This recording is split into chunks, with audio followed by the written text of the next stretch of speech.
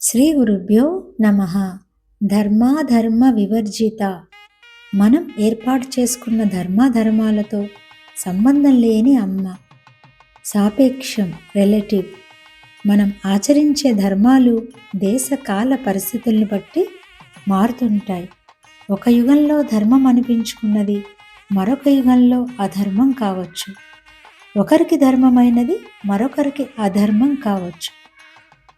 ఉదాహరణకు సైనికుడు శత్రువును చంపడం ధర్మం, కానీ సామాన్యుడు ఇంకొకరిని చంపడం అధర్మం. నిరపేక్షం, అబ్సల్యూట్.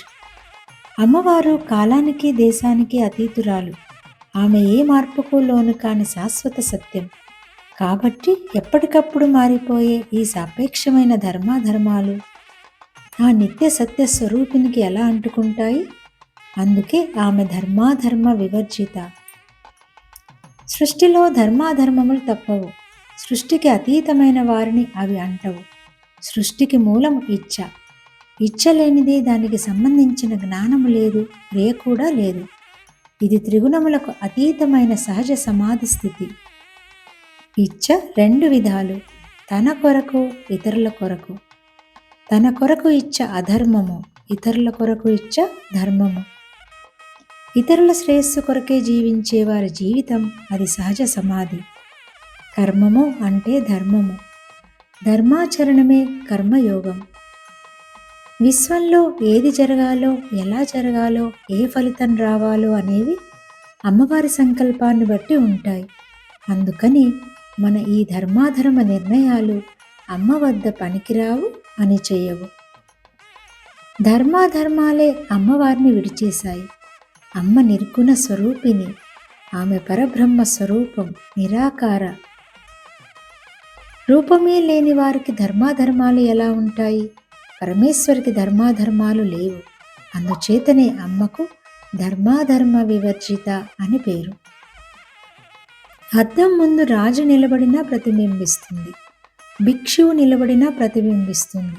అద్దానికి రాజుపై అభిమానం లేదు, భిక్షువుపై ద్వేషం లేదు. ప్రతిబింబం మంచిదా చెడ్డదా అన్న నిర్ణయం అద్దానికి లేదు. అలాగే అమ్మవారు సర్వాన్ని ప్రకాశింపజేస్తుంది, కానీ ఏ ఒక్క కర్మకు ఆమె కర్త కాదు. ధర్మాధర్మాలు అన్నీ జీవుని కర్మలకు సంబంధించినవి, కానీ అమ్మ కర్తృత్వం, భోక్తృత్వం లేని శుద్ధ చైతన్య స్వరూపం. అందువల్ల ఆమెకు పుణ్యం, పాపం, ధర్మం, అధర్మం అంటవు. సూర్యుడు మంచి మనిషి మీద వెలుగు ప్రసరించినా, చెడ్డ మనిషి మీద వెలుగు ప్రసరించినా ఆ కర్మలలో సూర్యుడికి బాగా ఉండదు. అలాగే చైతన్య స్వరూపమైన అమ్మ సాక్షిగా అన్నింటినీ ప్రకాశింపజేస్తుంది, కానీ ఏ కర్మకు కర్త కాదు. అంతేగాని ధర్మాన్ని విడిచిపెట్టు, అధర్మం చెయ్యి అనే అర్థంలో తీసుకోకూడదు. సాధకుడు ధర్మాన్ని ఆచరించి చివరకు ధర్మాధర్మ ద్వంద్వాలకు అతీతమైన ఆత్మస్వరూపాన్ని తెలుసుకోవాలని అర్థం. దీనికి శ్రీ రామకృష్ణ పరమహంస చక్కటి ఉదాహరణ ఇచ్చారు. కాలులో ఒక ముళ్ళు అధర్మం గుచ్చుకున్నప్పుడు ఆ ముళ్ళును తీయడానికి మనం మరొక ముళ్ళును, ధర్మాన్ని ఉపయోగిస్తాం. మొదటి ముళ్ళును విజయవంతంగా బయటకు తీసిన తర్వాత రెండు ముళ్ళను విసిరేస్తాం. అంతేగాని ఈ ముళ్ళు నా కాలులో ఉన్న ముళ్ళును తీసింది కదా అని ఆ రెండవ ముళ్ళును ఎవరైనా జాగ్రత్తగా దాచుకుంటారా? లేదు కదా.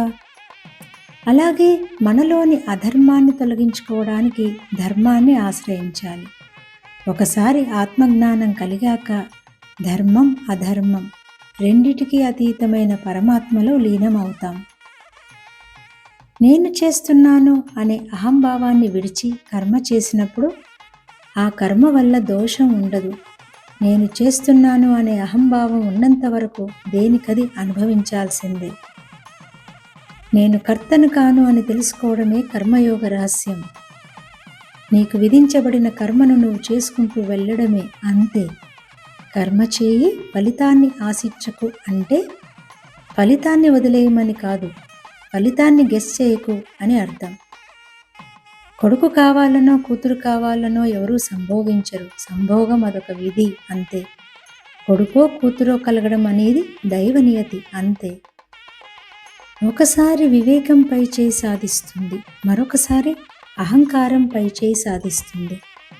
అందుకే కొంత తడవు మునక కొంత తడవు తేలుట అని సామెత. ఈ అంతర్గత పోరాటాన్ని పురాణాలలో నిత్య దేవదానవ యుద్ధంగా చెప్తారు. ఇంద్రుడికి ఎప్పుడూ రాక్షసుల బాధ మనసులో ఉంటుంది. అలాగే రాక్షసులకు ఇంద్రాది ఆదిత్యులతో శత్రుత్వం ఉంటుంది. సనక సనందనాదులు, నారదుడు, సప్త ఋషులు, ప్రజాపతులు వీళ్ళు ధర్మాధర్మములకు అతీతమైన చైతన్యంతో తాదాత్మ్యత చెంది ఉంటారు కాబట్టి వీరికి ఏ ఘర్షణ ఉండదు. ధర్మాధర్మములకు అతీత స్థితికి చేరుకోవాలంటే యోగమే మార్గం. సమత్వం యోగ ఉచ్యతే అంటోంది గీత. సమత్వభావమే యోగం. ఈశావాస్యోపనిషత్తు కూడా ఇదే దృష్టిని అత్యంత గంభీరంగా బోధిస్తుంది. యస్తు సర్వాణి భూతాని ఆత్మన్యేవానుపశ్యతి సర్వభూతేషు చాత్మానం తతో న విజుగుప్సతి. సర్వభూతాలను తన ఆత్మలోనూ తన ఆత్మను సర్వభూతాలలోనూ చూసేవానికి ఎవరి పట్ల ద్వేషం ఉండదు. సర్వధర్మాన్ పరిత్యజ్య మామేకం శరణం వ్రజ అహం త్వా సర్వపాపేభ్యో మోక్షయిష్యామి మా శుచః. ఇక్కడ శ్రీకృష్ణుడు ధర్మాలన్నీ వదిలేయి ఏ పని చేయవద్దు అని చెప్పడం కాదు, నేను చేస్తున్నాననే అహంభావాన్ని విడిచిపెట్టి పరమాత్మను మాత్రమే ఆశ్రయించు అని అర్థం. శరణాగతి అనేది ఒక వ్యక్తి మరొక వ్యక్తికి లొంగిపోవడం కాదు, నేను వేరైన వ్యక్తిని అనే భావం తొలగి ఉన్నది ఒక్క పరబ్రహ్మమే అని తెలుసుకోవడం. మరి ఈ సృష్టిలో ధర్మాధర్మాలు ఎందుకు ఉన్నాయి? ఈ జగత్తు అంతా అమ్మవారి లీల, నాటకం. ఒక ఆట రక్తి కట్టాలంటే కొన్ని నియమాలు, రూల్స్ ఉండాలి. ఆ నియమాలే ధర్మాధర్మాలు. ఆట ఆడే ఆటగాళ్లకు ఆ నియమాలు వర్తిస్తాయి. కానీ ఆ ఆటను సృష్టించి పైనుంచి చూస్తున్న సృష్టికర్తకు ఆ నియమాలు వర్తించవు.